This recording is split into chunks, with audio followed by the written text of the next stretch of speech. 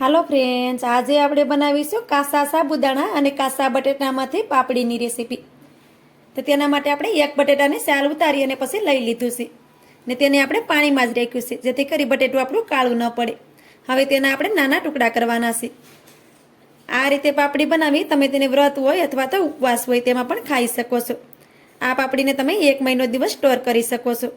આ પાપડી બિલકુલ પણ ખરાબ નથી થતી અને ખાવામાં તો એકદમ ક્રિસ્પી બને છે. તો આ રીતે બટેટાના આપણે નાના નાના ટુકડા કરી લેશું. આ રીતે આપણે બટેટાના નાના નાના ટુકડા કરી દીધા છે. હવે તેને આપણે સાઈડ પર રાખી દઈએ. બટેટાને આ રીતે પાણીમાં જ રાખવાના, જેથી કરી બટેટા આપણે કાળા ન પડે. હવે આપણે અડધો વાટકો ભરી અને કાસા સાબુદાણા લીધા છે. સાબુદાણાને આપણે મિક્સરના જારમાં નાખી દેવાના છે. સાબુદાણાને આપણે પીસવાના છે. હવે આપણે ઢાંકણને બંધ કરી દઈશું અને સાબુદાણાને આપણે પીસી લેશું. સાબુદાણાને આપણે આ રીતે પીસી લીધા છે. હવે આપણે એક મોટું વાસણ લઈ લેશું અને આ રીતે ગળણી લઈ લેવાની. તેમાં આપણે સાબુદાણાને સાળી લેવાના છે. આ રીતે સાબુદાણાને સાળીને જ લેવાના, જેથી કરી તેમાં કોઈ પણ મોટા કણ રહી ગયા હોય તે બધા નીકળી જાય. તો આ રીતે તમે જોઈ શકો છો કે આવા મોટા કણ છે તે રહી ગયા છે. તો આપણે ગમે ત્યારે પાછા સાબુદાણા પીસતા હોય ત્યારે તમારે તેને નાખી દેવાના અને પીસી લેવાના. હવે આપણે સાબુદાણાને થોડી વાર માટે સાઈડ પર રાખી દઈએ. હવે આપણે પાછું મિક્સરનું જાર લઈ લીધું છે. તેમાં આપણે બટેટાના ટુકડા છે તે બધા નાખી દઈશું. તેમાં આપણે 2 ચમચી જેટલું પાણી નાખી દઈશું. એક આપણે તીખી મરચી નાખી દઈશું. એક નાનો ટુકડો આપણે આદુનો નાખી દઈશું.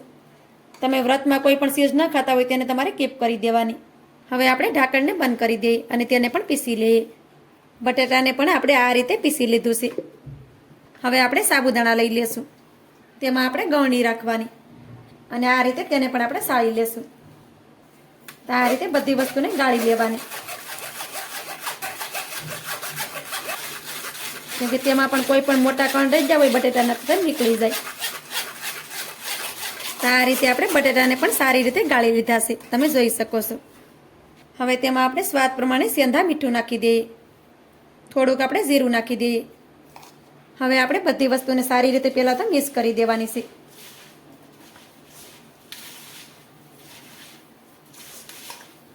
આ રીતે પહેલાં મિક્સ કરી દેવાનું. આપણે જરૂર લાગે તો જ તેમાં પાણી નાખવાનું. સાબુદાણા છે તે પાણીને એબ્ઝોર્બ કરી લેતા હોય છે. તો તમે જોઈ શકો છો કે સાબુદાણા હવે આ રીતે બટેટું હતું તેને પણ એબ્ઝોર્બ કરી લીધું છે. હવે આપણે આમાં થોડું થોડું પાણી નાખશું. તો આ રીતે આપણે થોડું થોડું પાણી નાખતું જવાનું અને આપણે તેને મસળવાનું. આ રીતે સાબુદાણા છે એટલે એ પાણીને એબ્ઝોર્બ કરશે.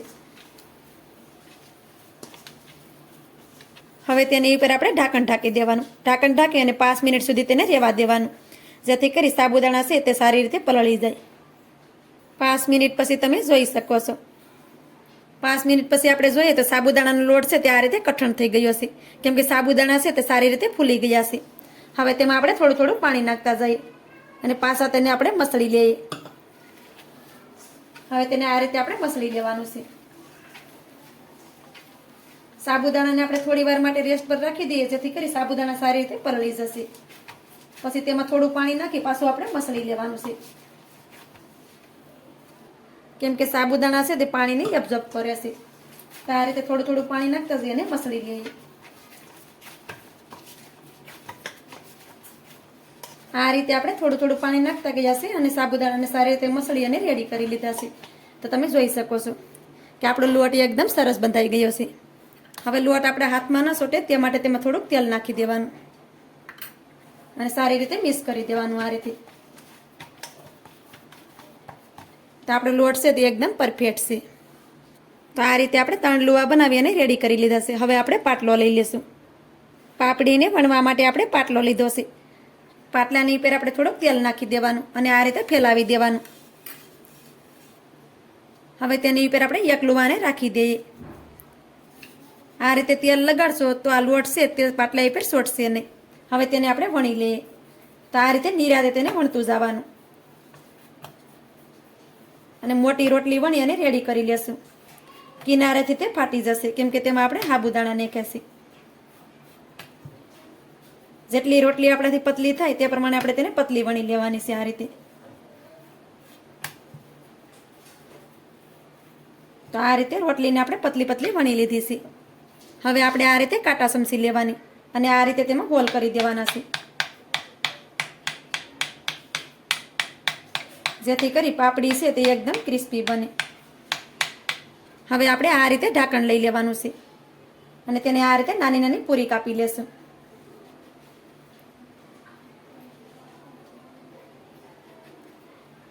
તો આ રીતે તમે જોઈ શકો છો. બાકીનો લોટ છે તેને આપણે કાઢી લેશું. તો આ રીતે આપણી પાપડી બની અને રેડી થઈ ગઈ છે. તો આ રીતે આપણે બધી પાપડી બનાવી અને રેડી કરી લઈએ. આ રીતે આપણે બધી પાપડી બનાવી અને રેડી કરી લીધી છે. હવે આપણે તેને તળવાની છે. તેના માટે આપણે તેલને પણ ગરમ કરવા માટે રાખી દીધું છે. તેલ પણ આપણું સારી રીતે ગરમ થઈ ગયું છે. હવે તેમાં આપણે પાપડીને નાખી દઈએ. તો કઢાઈમાં જેટલી પાપડી સમાય તે પ્રમાણે પાપડીને આપણે કઢાઈમાં નાખી દેવાની છે. ગેસની ફ્લેમને આપણે મીડિયમ રાખવાની, જેથી કરી પાપડી આપણી એકદમ ક્રિસ્પી બને. તો આ રીતે પાપડીને આપણે કઢાઈમાં નાખી દીધી છે. હવે પાપડીને આપણે આ રીતે બંને સાઈડમાં ફેરવતા જવાનું અને પાપડી ક્રિસ્પી થાય ત્યાં સુધી આપણે તેને તળી લેવાની છે. આ રીતે પાપડીને આપણે બંને સાઈડમાં ફેરવતા ગયા છે અને પાપડીનો કલર પણ ચેન્જ થઈ ગયો છે, તમે જોઈ શકો છો. પાપડી આપણી એકદમ ક્રિસ્પી બની ગઈ છે. હવે તેને કાઢી લઈએ.